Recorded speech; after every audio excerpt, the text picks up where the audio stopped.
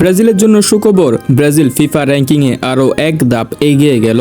অর্থাৎ ফিফা র্যাঙ্কিংয়ে বর্তমানে ব্রাজিল 5 নম্বরে উঠে গেছে। এতদিন যাবৎ 6 নম্বরে ছিল ব্রাজিল। কিন্তু কিভাবে? ব্রাজিল তো কোনো রকম ম্যাচ খেলেনি, হঠাৎ করে কিভাবে ব্রাজিল ফিফা র্যাঙ্কিংয়ে 6 নাম্বার থেকে 5 নম্বরে চলে এসেছে? তার প্রধান কারণ হলো পর্তুগালের ম্যাচ ড্র। এই পর্তুগালের ম্যাচ ড্র হওয়াতে পর্তুগাল পয়েন্ট ড্রপ করেছে এবং এতদিন যাবৎ পর্তুগাল 5 নম্বরে ছিল এবং বর্তমানে পর্তুগাল 2 ধাপ পিছিয়ে 7 নম্বরে চলে গেছে। ব্রাজিল আর মরক্কো পর্তুগালকে টপকিয়ে 5 আর 6 নম্বরে অবস্থান করছে। অর্থাৎ এক ম্যাচ ড্র হওয়াতে দুই দলের ফিফা র্যাঙ্কিংয়ে উন্নতি ঘটেছে। দেখুন সর্বশেষ ফিফা র্যাঙ্কিং। বর্তমানে চলছে বিশ্বকাপের প্রতিদিনই ম্যাচ চলছে, প্রতিদিন কিছু না কিছু দল হারছে, আবার কিছু দল জিতছে। এই জয় হারের পেছনে ফিফা র্যাঙ্কিং এর পয়েন্টগুলো আপ ডাউন হচ্ছে এবং বর্তমানে ফিফা র্যাঙ্কিং এ 1 নম্বরে আছে আর্জেন্টিনা, ফিফা র্যাঙ্কিং এ 2 নম্বরে আছে ফ্রান্স, ফিফা র্যাঙ্কিং এ 3 নম্বরে আছে স্পেনও ম্যাচ ড্র হওয়াতে 3 নম্বরে চলে গেছে। এরপর ফিফা র্যাঙ্কিং এ 4 নম্বরে আছে ইংল্যান্ড গত ম্যাচ জিতেছে এবং ইংল্যান্ড আগে থেকে 4 নম্বরে ছিল এবং বর্তমানেও 4 নম্বরে আছে। এরপর ফিফা র্যাঙ্কিং এ বর্তমানে 5 নম্বরে আছে